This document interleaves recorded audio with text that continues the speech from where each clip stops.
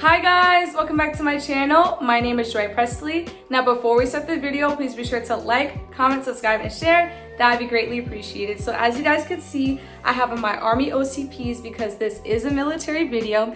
And you guys are probably wondering, why do I have this rose in my hand? Well, you guys came to the right place because this is called Love and Relationships in the Army. Now, love and relationships is definitely a very juicy topic. It's something that I get asked times and times again, and I'm so happy to cover it because we are gonna go over things that you need to know, and we are going to be answering all of your questions and all of that good stuff. So please give this a big thumbs up. Follow me on Instagram and don't forget to subscribe.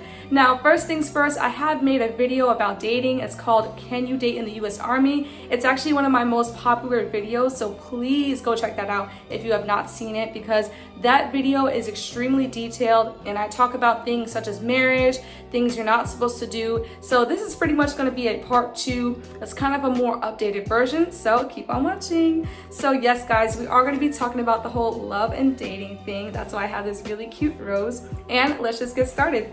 So number one, we're going to be kind of like laying out the law. Like I said in my last video, we have to lay out the rules first so that you guys know what not to do and what to do. So let's just get into it. So rule number one when it comes to the whole love and dating thing is there's no dating in basic training and AIT.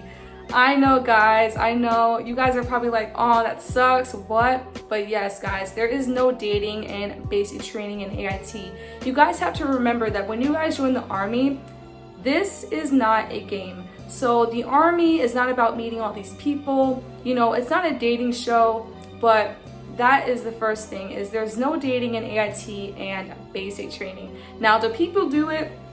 Yes, people do it, but you guys do not want to risk your whole career for a stupid boyfriend or girlfriend. I'm sorry guys, I'm here to give you all of my advice, all of my keys of knowledge, all of my words of wisdom, because you guys can get in serious trouble. Just a quick story, I remember in basic training, a lot of people were kind of having like little crushes on each other. People were kind of like passing notes around, but you guys can actually get in very big trouble. And there was a couple, it's called a battle boo, but there was a couple who got caught kind of like flirting around each other. One of the drill sergeants saw it and was like, oh no, we have to shut that down. You guys cannot be dating here. Now, it's a little bit different when you guys get to your duty station. I talked about this in my last video. It's a little bit different, but that is the first thing. There is no dating in AIT and basic. And AIT is pretty much where you guys will go after basic training. It's kind of like a big school where you guys will learn about your MOS. I'm gonna make a whole video about AIT, but that is that.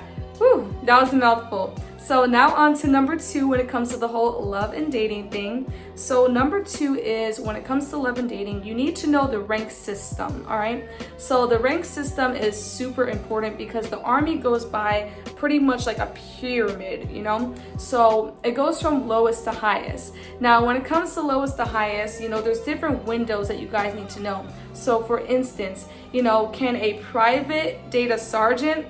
Absolutely not, guys. That is a huge no-no. Can a PFC date a PFC?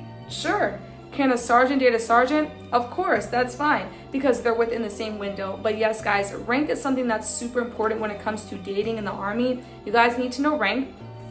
Number 3 is we are going to talk about sexual assault, fraternization, bullying. That stuff is not tolerated in the Army, point blank period. So you guys cannot just join the Army thinking that you're just gonna like have sex with all these guys or girls or whoever. That is not tolerated. You guys should not have that mindset at all. And if you guys ever feel like you're in a dangerous situation, or if you're in a situation where you feel like you're being pressured, you need to stop talking to that person and you need to report them right away. That is something that is huge in the Army. I don't want to see you get hurt by somebody. I don't want to see you get put down by somebody. It doesn't matter if it's verbal abuse, physical abuse, whatever, sexual harassment, assault, whatever. You guys need to report it. Even if you guys are being bullied online, you need to report it because that stuff is taken very seriously in the Army. Now, of course, that stuff does happen, but like I said, you guys need to talk to your chain of command. You guys need to know about the rules and regulations. So if you guys have questions about that, leave them down below. So number 4, when it comes to the whole love and dating thing, is I'm about to give you guys some advice. So my advice would be, it's okay to like have like a little crush. It's all right to have a little crush, But like I said, when you're in basic training, you need to focus on what you're doing. And when it comes to your duty station, you guys will have more freedom. So whether you guys are doing National Guard or active duty, you guys will have more opportunities to kind of date people, but you need to make sure that you're following the rules and regulations, you know what I mean? So number 5 is we're going to talk about marriage. Now, marriage is something that a lot of people always ask me about. It's a very, talked about topic. People always say, can you get married? Does marriage work? How does it work if you guys get a divorce? So pretty much when you're in the Army, you guys can enter the Army when you're already married. I mentioned this in my reception video. You do have to bring like your marriage certificate.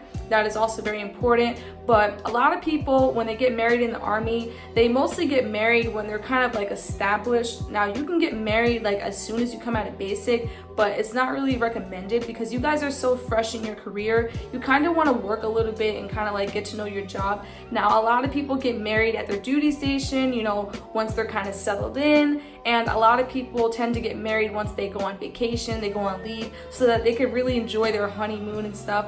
Now, you could easily get married while you're still working. Like, you guys could literally get married on like a Saturday, but most people would rather wait till it's their vacation time. They have time to catch up with family and friends. But yes, guys, you guys are allowed to get married in the Army. A lot of times, if you decide to get married like somewhere on base, you guys can actually talk to a chaplain and he or she might officiate, I think that's the word, officiate your wedding.